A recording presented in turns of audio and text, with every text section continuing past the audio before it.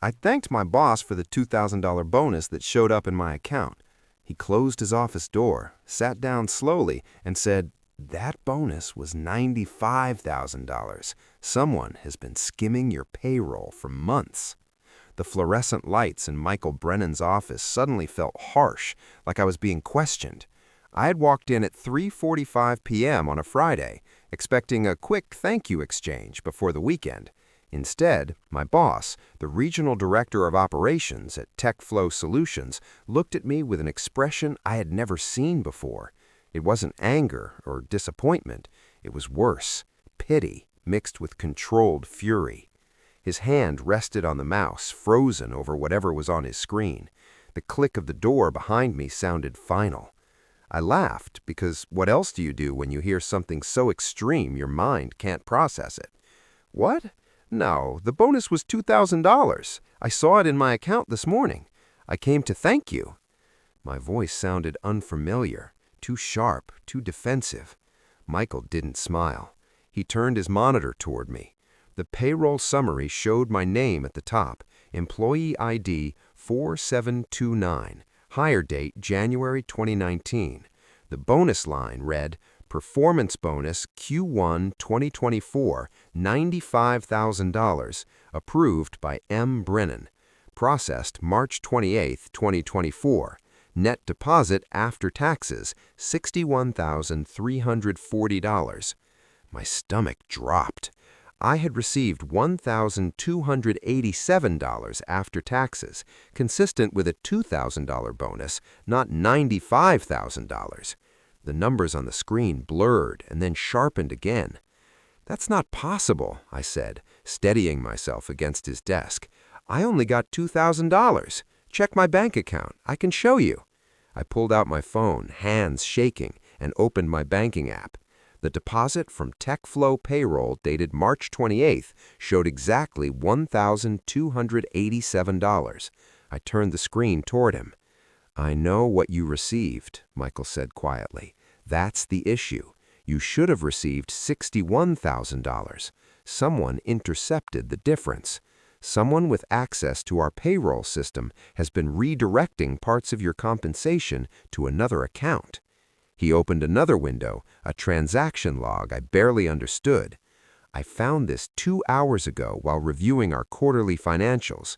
Your bonus was approved at $95,000 because you saved the Meridian contract. That account brings in $8 million annually. You earned every dollar of that bonus." He paused, jaw tight. "But $93,000 never reached you. It went somewhere else." I had been a senior solutions architect at TechFlow Solutions for 5 years, since completing my master's degree at Georgia Tech. TechFlow was a mid-sized IT consulting firm in Atlanta with about 400 employees, focused on enterprise software implementation for manufacturing companies. The work was intense but meaningful. I had built a reputation as someone who could rescue failing projects. The Meridian manufacturing account had been in crisis when I took it over the previous November. The former architect had resigned mid-implementation, leaving unstable code and frustrated clients. I spent 4 months working 70-hour weeks rebuilding their inventory system, retraining staff, and turning a potential lawsuit into a strong testimonial. When the $2,000 bonus appeared Friday morning, I felt grateful but not surprised. We received quarterly performance bonuses. I had gotten similar amounts before. $2,000 seemed reasonable for a solid quarter. I even texted my girlfriend, Alicia, that we could finally take the weekend trip to Savannah she wanted. I stopped by Michael's office to thank him because that felt appropriate. Now I was learning I should have received nearly 50 times that amount. "Who has access to payroll?" I asked. The shock was fading, replaced with something colder. Someone I worked with had stolen from me. Michael stood and walked to the window overlooking the parking lot. "Officially, only 3 people have full payroll access: Dorothy in HR, Gerald in accounting, and me. But there are system administrators, IT contractors, and others with partial access." He turned back. "I've contacted our CFO. He's bringing in a forensic accountant. We'll also need to involve law enforcement." That word changed everything. This wasn't an accounting mistake. It was theft, fraud, a deliberate act. How long has this been happening? You said months. I don't know yet, he replied. The bonus drew attention because the amount was large, but if someone has been skimming your regular pay, bonuses, or raises, it could go back to when you started. He pulled up another document. Your base salary is listed as $98,000, but if I'm reading this correctly, you may have been paid based on a lower figure. I opened my pay stub on my phone. The March 15th stub showed gross pay of $3,669 for the 2-week period. 26 pay periods per year meant roughly $98,000 annually. That aligned with my salary. My regular pay looks correct, I said. He studied it more closely. Maybe they targeted only bonuses, where the skimming is more complex than we thought. He called HR. Dorothy, I need every payment record for employee 4729, going back to his hire date, every paycheck, every bonus, every reimbursement, immediately. Dorothy Guan had been HR director for 8 years. Gerald Foster from accounting had been with the company for 12. I trusted Michael, he was the one who uncovered this, but that left Dorothy, Gerald, or someone else entirely.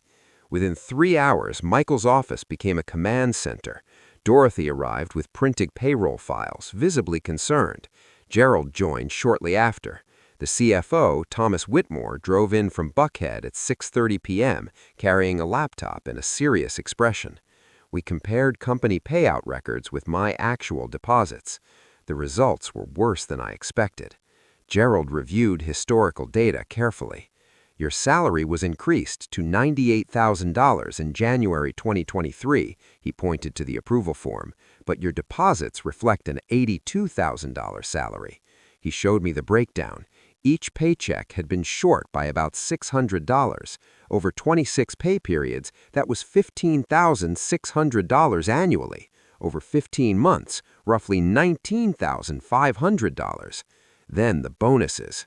Since my raise, I had received 4 quarterly bonuses, each $2,000 in my account, but the approved amounts were Q2 2023, $12,000, Q3 2023, $18,000, Q4 2023, $8,500, Q1 2024, $95,000. I should have received $133,500 in bonuses. I had received $8,000. Total stolen from bonuses, $125,500. Combined with salary skimming, approximately $145,000. That was more than a full year's income. How is this possible? I asked. Don't we have controls? Thomas answered firmly. Bonuses over $10,000 require dual approval. I personally approved your $95,000 bonus. He showed the email confirmation. The issue occurred after approval, within the payroll system. Dorothy logged into the payroll software. Then she froze. Oh my God! She turned her laptop toward us. My employee profile showed 2 bank accounts, my primary account, and a second labeled bonus/commission override with a different routing and account number. I never set up a second account, said I. Dorothy checked the change history.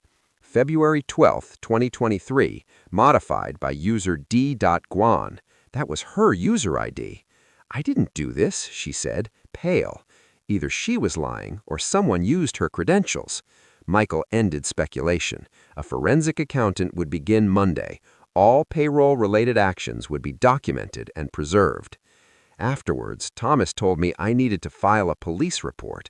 Theft over $100,000 is a felony in Georgia. As the victim, I had to initiate the complaint. I drove home after 8 p.m., the Atlanta traffic finally light. My hands gripped the steering wheel tightly. Someone had stolen $145,000 from me over more than 1 year. I had thanked my boss for a $2,000 bonus when I was owed $95,000. The humiliation was almost as strong as the anger. I trusted the system. I assumed my paycheck was accurate. I never cross-checked my pay stubs against my offer letter or bonus approvals. At my 1-bedroom apartment in Virginia Highlands, I pulled out my original 2019 offer letter. Starting salary $72,000. Documented raises followed in 2020, 2021, and 2023. My current salary should have been $98,000. Instead, I had been paid $82,000. The missing money could have covered a down payment, eliminated student loans, or built savings. I called Alicia. After I explained everything, the bonus discrepancy, the reduced salary, the $145,000 loss, she was quiet. "I thought something was off," she said. "What do you mean? When you got that raise last year, you said you'd be making six figures, but your life didn't change. You were still stressed about money. It didn't add up." She was right. At $98,000, I should have been financially stable. Instead, I struggled. Saturday morning, I filed a report with the White-Collar Crimes Division of the Atlanta Police. "Ms. Liu is one of the best in the Southeast," Thomas said. "If there's fraud in our system, she'll uncover it." Patricia Liu shook my hand firmly. "I'm sorry this happened to you. I've reviewed the preliminary records. This was well planned. Whoever did this understood your payroll structure and exploited a weakness in the direct deposit override process." Over the next 3 days, Patricia effectively took control of TechFlow's accounting operations. She interviewed Dorothy, Gerald, and every employee with any level of payroll access. She retrieved system logs going back 2 years, tracking every login, modification, and transaction. She requested company bank statements, my personal statements, and subpoenaed records from the bank holding the fraudulent account. I tried to focus on my work, but I couldn't. I kept checking my phone for updates, refreshing my email and looking around the office, wondering which colleague had betrayed me. On Wednesday afternoon, Patricia called an urgent meeting. Present were Michael, Thomas, Dorothy, Gerald, TechFlow's attorney Richard Knowles, and me. Patricia stood at the head of the table, laptop open. "I've traced the fraudulent account," she said. "The bonus/commission override added in February 2023 is tied to a Coastal Bank checking account opened in January 2023. The account is registered to a Veronica Albright." I froze. "That's the detective." "Different individual," Patricia clarified. "There are 127 people in Georgia with that name. In this case, it's an alias. The Social Security number used to open the account is fake. The listed address is a UPS store in Marietta. The account received $145,873.29 over the past 15 months, all from TechFlow payroll and matching the amounts diverted from you." She displayed the bank statement showing the deposits, my salary and bonuses redirected into a false identity. "Who opened it?" Thomas asked. "The account was created online using forged documents," Patricia said. "The bank's fraud department is cooperating with the investigation. They provided the IP address used to open and manage the account. That IP address traces to a residential connection in Decatur, Georgia." She paused. "It matches the address where Dorothy Guan lives." Dorothy stood up abruptly, knocking over her chair. "That's not true. I didn't do this. Someone must have hacked my network. I would never steal." Michael raised his hand. "Dorothy, please sit. Let her finish." Dorothy sat, visibly shaken. "The IP address alone isn't conclusive. It could be spoofed or accessed through a compromised connection. However, the system logs provide more context." She reviewed the timeline. "The override was added February 12, 2023 at 11:47 p.m. The login used was Dorothy Guan's credentials. The IP address was her home internet. The MAC address matches her company-issued laptop, which she is permitted to use remotely." Dorothy's voice dropped to a whisper. "I didn't do this. I swear." Patricia continued professionally. "The changes were timed strategically, within hours of bonus approvals. The salary reduction was implemented through a payroll formula that calculated net pay using a salary $16,000 lower than the approved amount. The difference was routed to the secondary account." Attorney Richard Knowles leaned forward. So this required administrative access and deep knowledge of payroll.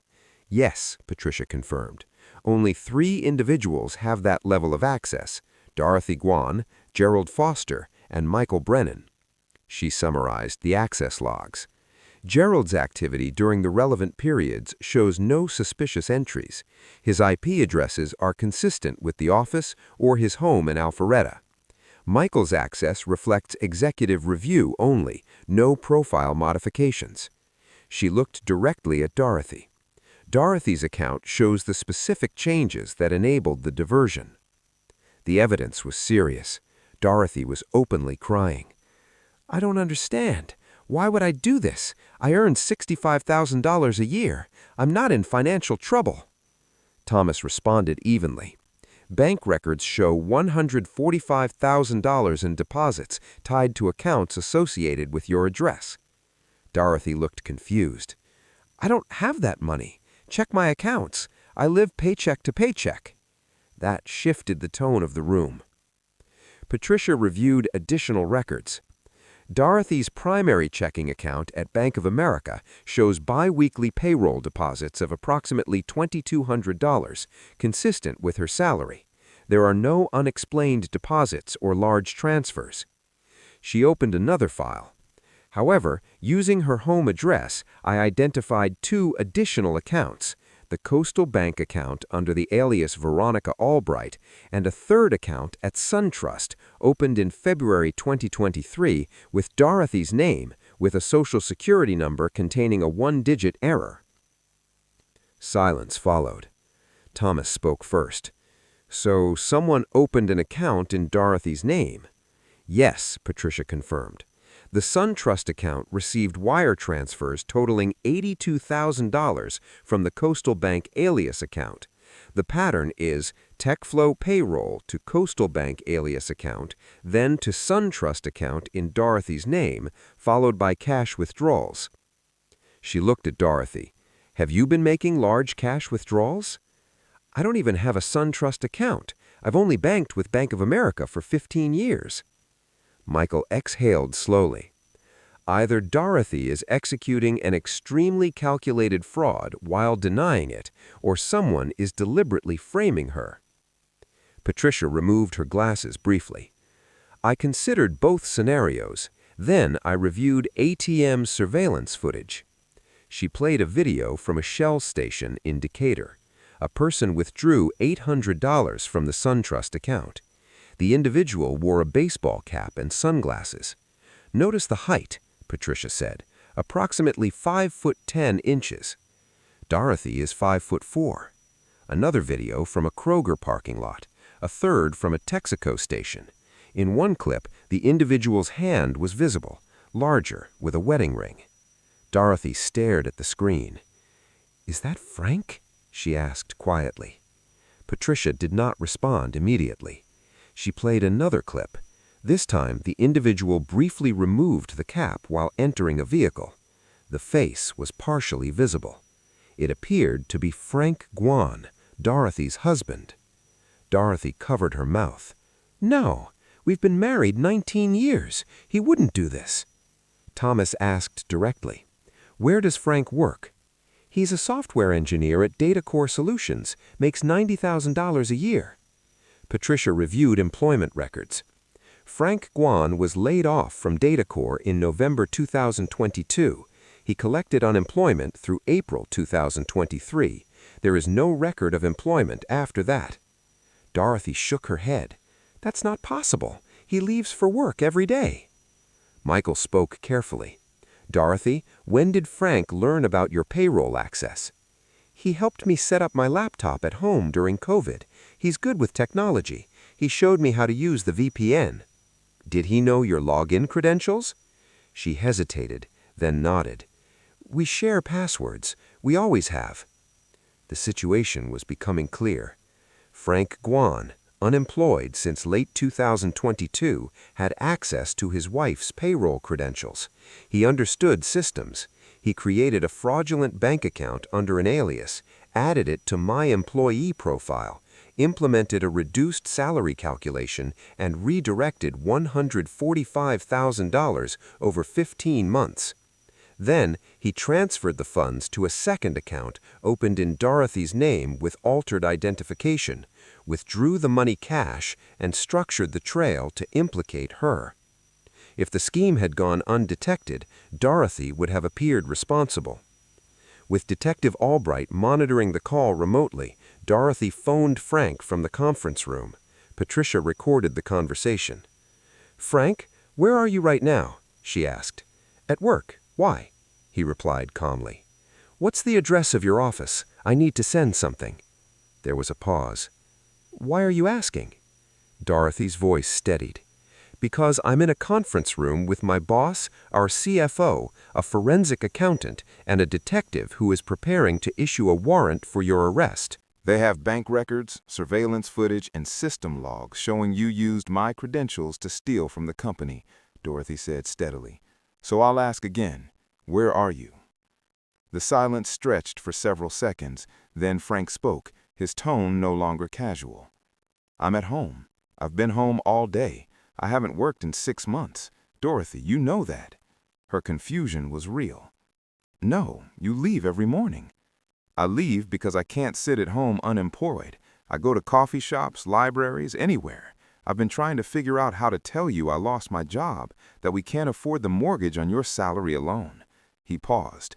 "Yes, I took money from someone who could afford it, someone making 6 figures who wouldn't notice a few thousand missing." At that point, Detective Veronica Albright spoke. "Mr. Guan, this is Detective Veronica Albright with the Atlanta Police Department. You've just admitted to theft exceeding $100,000, wire fraud, and identity theft. These are federal offenses. Officers are on the way to your residence. Do not resist arrest." Frank's voice broke. "Dorothy, I'm sorry. I was trying to keep us afloat. I planned to repay it once I found another job. I didn't think anyone would notice." Dorothy ended the call and lowered her head. Frank Guan was arrested at his home in Decatur at 4:37 p.m. that Wednesday. The charges included felony theft, wire fraud, identity theft, computer fraud, and forgery. Because the amount exceeded $100,000 and involved interstate banking systems, the FBI joined the case. Special Agent Kenneth Draper from the White Collar Crime Division took over from Detective Albright. Agents seized Frank's computer. They found detailed spreadsheets tracking stolen amounts, research into TechFlow's payroll structure, and guides on creating false identity documents. A folder labeled Retirement Fund contained statements from the Coastal and SunTrust accounts showing the full $145,000 diversion and structured withdrawals. Frank had documented everything. Over 15 months, he spent approximately $118,000. The cash funded daily living expenses while he pretended to be employed. He paid for home upgrades Dorothy believed were bonus funded and purchased a boat he claimed was a gift from his parents. The remaining $27,000 was frozen immediately. Assistant U.S. Attorney Michelle Carver, a 23-year Department of Justice veteran specializing in white-collar crime, met with me in her downtown office. "Mr. Guan is facing 20 to 30 years if convicted on all counts," she explained. "The theft alone carries significant time. Wire fraud and identity theft add to that. He's attempting to negotiate a plea deal in exchange for restitution and cooperation." I asked about Dorothy. "She is a victim," Carver said firmly. "Her credentials were used without her knowledge. She cooperated fully and will not face charges." Then she presented an important decision. "As the victim, you may submit a statement regarding sentencing. You can recommend leniency or request maximum penalties." I had lost $145,000, money earned through long hours and sustained effort. It would have secured my future. Frank had taken it deliberately and justified it by assuming I wouldn't notice. But Dorothy and their 2 teenage children were also paying a price. "I want full restitution," I said. "Every dollar plus interest and penalties. I want it clearly stated in court that this was theft. Beyond that, sentencing is up to the judge. I won't push for extreme punishment, but I won't argue for leniency either. He made his choices. Carver nodded. That's reasonable. We've already frozen $27,000. Asset liquidation will add more. You'll recover funds over time. 6 weeks later, Frank accepted a plea deal. He pled guilty to wire fraud and theft. Other charges were dropped in exchange for full restitution and cooperation. Sentencing was scheduled for September. TechFlow conducted its own internal audit, hired outside consultants, and implemented stronger payroll controls. Dorothy was placed on paid administrative leave during the investigation and later returned. Within a month of Frank's arrest, she filed for divorce. In July, Michael called me into his office. The FBI recovered $27,000. Asset liquidation, including the boat, will add approximately $40,000. That leaves $78,000 outstanding. TechFlow's insurance is covering $60,000 due to system liability. Frank will repay the remaining $18,000 through wage garnishment. I calculated quickly. I would recover $127,000 of the $145,000. There's more, Michael added. The company is issuing a formal apology and a $30,000 settlement for the distress and delayed detection. We're also promoting you to principal architect with a salary of $115,000. He handed me the agreement. I reviewed it carefully. It was fair. TechFlow hadn't committed the crime, but they accepted responsibility for system weaknesses. I signed. The sentencing hearing took place in September at the federal courthouse.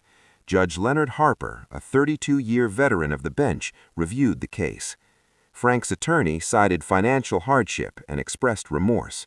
The prosecution detailed the $145,000 theft, the structured scheme, and the attempt to implicate his wife. Judge Harper addressed Frank directly. You did not steal to survive. You stole to maintain a lifestyle. You used your wife's credentials and intended for her to take the blame. You acted systematically for over a year. He sentenced Frank to 8 years in federal prison, followed by 3 years of supervised release, and ordered full restitution with interest. There was no satisfaction in watching him escorted away. Justice had been delivered, but the disruption to my life could not be undone. Outside, Alicia asked me how I felt. Relieved and exhausted. 3 months later, I purchased a modest 3-bedroom home in Brookfield. The down payment came from recovered funds and the TechFlow settlement. Friends helped me move in. Michael brought a framed print reading "Trust but Verify." I placed it in my home office. I remain at TechFlow, now with a higher title and compensation. Dorothy eventually left the company due to the stigma, despite being cleared. We met once for coffee. She apologized for what her husband had done. I told her she owed me nothing. She had been betrayed more deeply than I had. Now I review every pay stub. I compare salary figures to approval emails and monitor account deposits closely. Some might call it paranoia. I consider it due diligence. The phrase "trust but verify," popularized by Ronald Reagan during nuclear disarmament discussions, applies equally to payroll and personal finance. Systems can fail. Oversight matters. The final restitution payment arrived last month, $18,000 from wage garnishment after Frank's release. 5 years after the theft, I have recovered $175,000 total, including interest and settlements, more than the original amount. I invested it in index funds and retirement accounts, rebuilding what was taken. Sometimes I wonder whether Frank understands what he cost, not just financially, but in trust and stability. Perhaps he rationalizes it. Many do. I am not the same person I was when I accepted a $2,000 bonus without question.